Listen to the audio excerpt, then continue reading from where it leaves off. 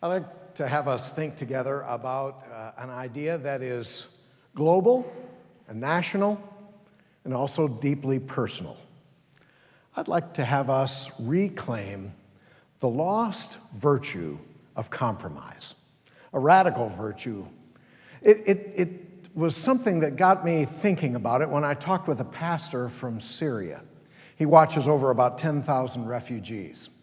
As we were talking, I asked him, when Arab Spring happened, we expected democracy to spread out across the Middle East like wildflowers. That didn't happen. Why? And he said, we come from a long history of kings. And when we voted for a president, but we still thought like king, where one side wins and the other side loses. Whereas you Americans, you think in ways of a balance of power. You come to compromise with one another. And when he said that, the lights went on for me. I thought, that's really true. That is our history. You go back to the American Revolution, even to when they set up the United States Senate and the House of Representatives. They did it so that there would be deliberation, discussion, debate, where we would have to compromise. In fact, that organization of the House and the Senate, that was put together and it was termed the Great Compromise. Compromise is in our DNA. It's part of who we are. And yet today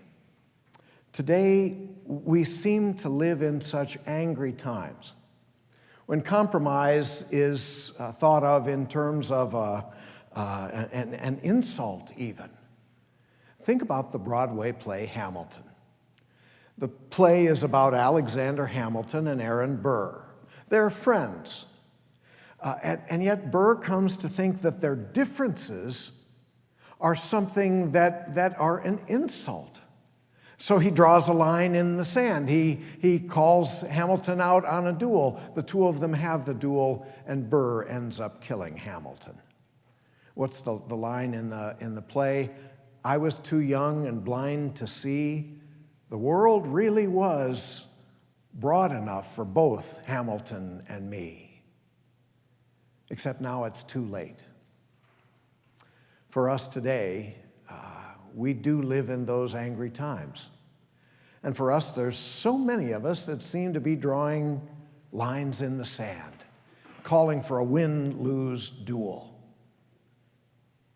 I think it's time for us to reclaim the lost virtue of compromise, to reclaim that lost virtue for what it is. Because when you get in some sort of conflict or duel, your brain tells your eyes literally to narrow the focus of vision, and it happens with our imaginations also.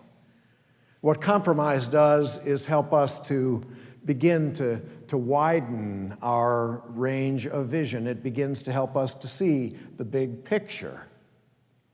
It helps us to make the connections. I think about connections a lot. I do weddings. And some of the couples that come to see me, some of them have, in planning the wedding and experiencing this new relationship, their range of vision has begun to narrow. Did I say that gently? Okay. And I have the privilege of having a chance to talk with them and saying something along the line of, remember when you first fell in love? Remember when you first fell in love and at that moment the relationship was born. It's like an infant was born. And you not only have to admire the infant, you have to sacrifice for it. You have to sacrifice together. Now, not all of us aspire to be married, but all of us are in relationships. And those relationships have to do with the sacrifices that we make. I think that's the definition of compromise, the sum of the sacrifices that we make in order to be in relationship together. That's a little complex. Let me say that again. Compromise, the sum of the sacrifices that we make in order to be in relationship with one another. It's not easy, but it's possible. It's possible, and I wish I could give you a better definition, but when you get into a definition of compromise, you're going to get into stuff that's very messy, because it's about the mystery of human relatedness. And we have to bring all of our imagination to come and make it work. But the bottom line test to see if you have compromised is if you have been in some sort of conflict and there's been a resolution when you walk away. If you are the only one who wins, you lose. And if the other person is the only one who wins, they lose. Because what you've lost is the relationship which has been broken. In real compromise, you both win in part, and you both lose in part, so that together something more can be born and something new can happen, something greater. Compromise is about our investing in one another so that we can move forward and upward together. And it's counterintuitive, but it's really true. If we want to create a world where there's more unity, we have to create space for more diversity. I learned about conflict from my father. My father grew up on the south side of Chicago. He was drafted in World War II. He served in France in some of the early days of the war. He didn't last very long. A shell fragment from a German 88 took him out. He was in 18 different hospitals over the course of 3 years before they finally figured out how to stitch him back together again. When he got out, there were a lot of things he could not do, but he never complained, and he found a way. He took every dime that he had and he opened up a restaurant on the south side of Chicago, his old neighborhood. Things went really well in the late 1940s and into the 1950s.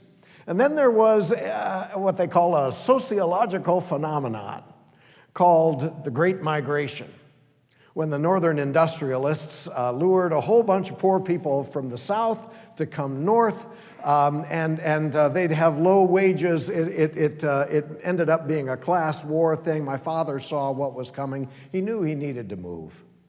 But all these people coming into the neighborhood were poor. No one could afford to buy the restaurant. There was one woman, Miss Davis.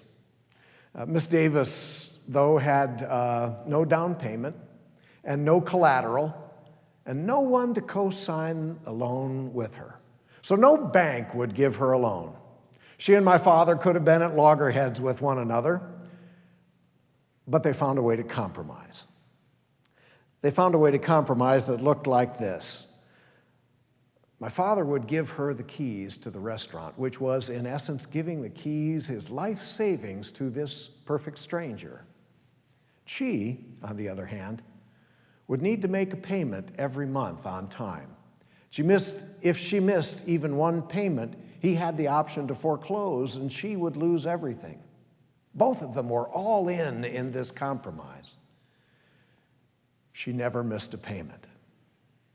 She never missed a payment, and after that, they really didn't have any contact with each other. They'd lived hundreds of miles apart. Outside of annual Christmas cards, they didn't talk. But one day, 20 years later, in the middle of the afternoon, Miss Davis called my father up on the telephone, and she said, "I just wanted to say thank you for giving a young, poor, black woman a chance." And immediately he said right back to her, "Hey, I needed you as much as you needed me." See, that's what we need to remember and reclaim and embrace. When we compromise, we're admitting that we're in a relationship together, and that together we can do far more than we could ever have done on our own. But it only works when we admit that I need you as much as you need me. So today, if you hear someone drawing a line in the sand or calling for an either or duel of some sort, I'd invite you to share this message with them about the radical virtue of compromise, the sum of the shared sacrifices that we make in order to be in relationship together. It's, if we admit it, what true leadership is, having the courage to compromise. It's the way the world works. It's the way life works. It's the way that our country works.